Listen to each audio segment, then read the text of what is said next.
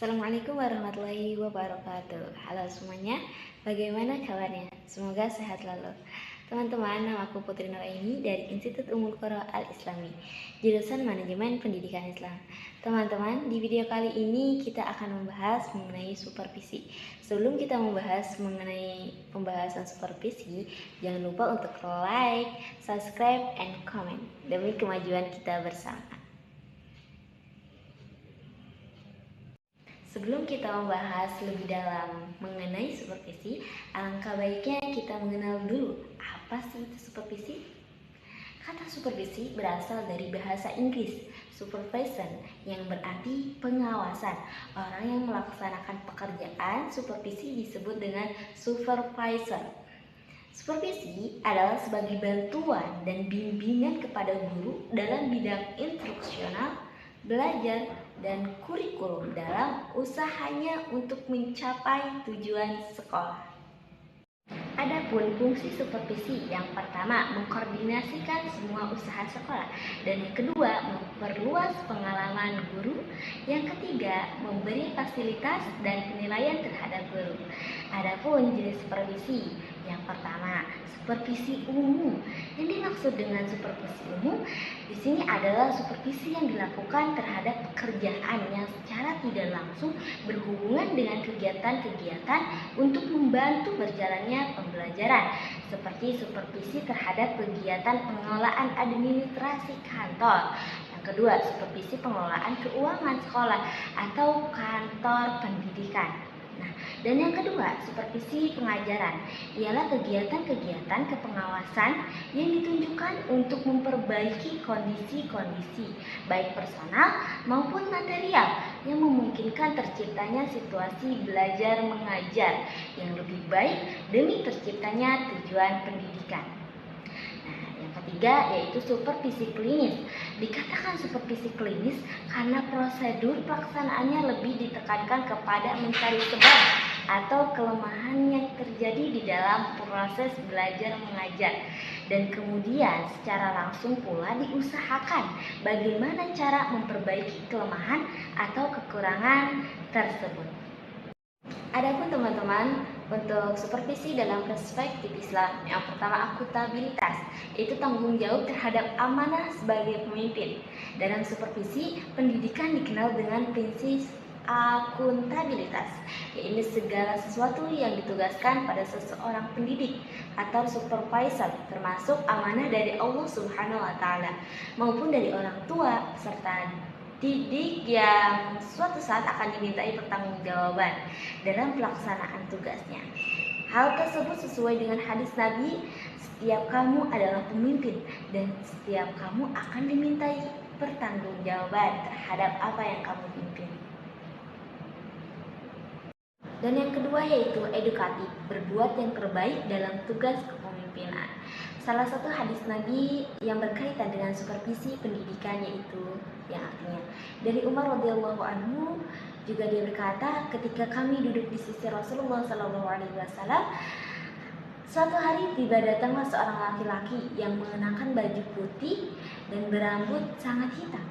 Tidak tampak padanya bekas-bekas perjalanan jauh, dan tidak ada seorang pun di antara kami yang mengenalinya. Hingga kemudian dia duduk di hadapan Nabi SAW, lalu menempelkan kedua lututnya kepada lutut Rasulullah SAW, seraya berkata, "Ya Muhammad, beritahukan aku tentang Islam." Maka Rasulullah SAW bersabda, "Islam adalah engkau bersaksi bahwa tiada Allah selain Allah dan bahwa Nabi Muhammad adalah utusan Allah. Lalu engkau mendirikan sholat dan menunaikan zakat, puasa Ramadan, pergi haji jika mampu." Kemudian dia berkata, "Anda benar." Kami semua heran. Dia yang bertanya, dia pula yang memberitahukan bahwasanya itu benar. Kemudian dia bertanya kembali, "Beritahu aku tentang iman." Lalu Nabi Shallallahu Alaihi Wasallam bersabda, engkau beriman kepada Allah, malaikat-malaikatnya, kitab-kitabnya, rasul-rasulnya, dan hari akhir, dan engkau beriman kepada takdir yang baik maupun yang buruk. Kemudian dia berkata kembali, Anda benar. Kemudian dia berkata kembali, beritahu aku tentang ihsan. Lalu beliau bersabda, bahwasannya ihsan adalah engkau beribadah kepada Allah Subhanahu wa taala seakan-akan engkau melihatnya. Jika engkau tidak melihatnya, dia melihat engkau. Hadis riwayat Muslim. Dalam hadis tersebut, Islam dibangun dengan 3 aspek. Yang pertama iman, yang kedua Islam, dan yang ketiga ihsan.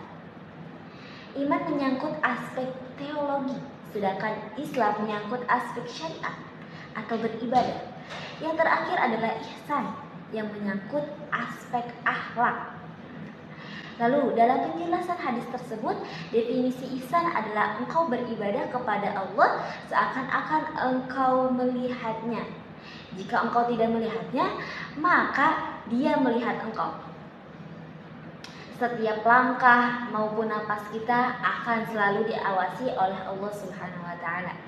Ketika Allah mengawasi, hambanya tidak diragukan kembali dengan keadilan dan kebijaksanaannya. Berbeda dengan pengawas manusia, mungkin ada segelintir pengawas yang tidak memenuhi kriteria pengawas. Nah, hal ini yang membuat seseorang supervisor maupun sebagai pendidik termotivasi untuk selalu berbuat yang terbaik dalam melaksanakan tugas-tugasnya. Karena bahwasannya semua diawasi, bukan hanya di dunia, akan tetapi juga di akhirat. Dan yang ketiga yaitu korektif atau introspeksi diri, kontrol atau evaluasi diri. Beberapa hadis Rasulullah SAW mengajarkan perlunya melaksanakan pengawasan atau evaluasi dalam setiap pekerjaan. Ajaran Islam sangat memperhatikan adanya bentuk pengawasan terhadap diri terlebih dahulu sebelum melakukan pengawasan terhadap orang lain. Diriwayatkan dari Maimun bin Mihram berkata, tidak dikatakan hambanya yang bertakwa sehingga ia mengevaluasi dirinya sebagaimana menginterogasi temannya, dari mana ia mendapatkan makanan dan pakaian. Hadis riwayat Tirmizi. Nah, tentu teman-teman, dalam supervisi ada yang namanya prinsip dan juga sasaran.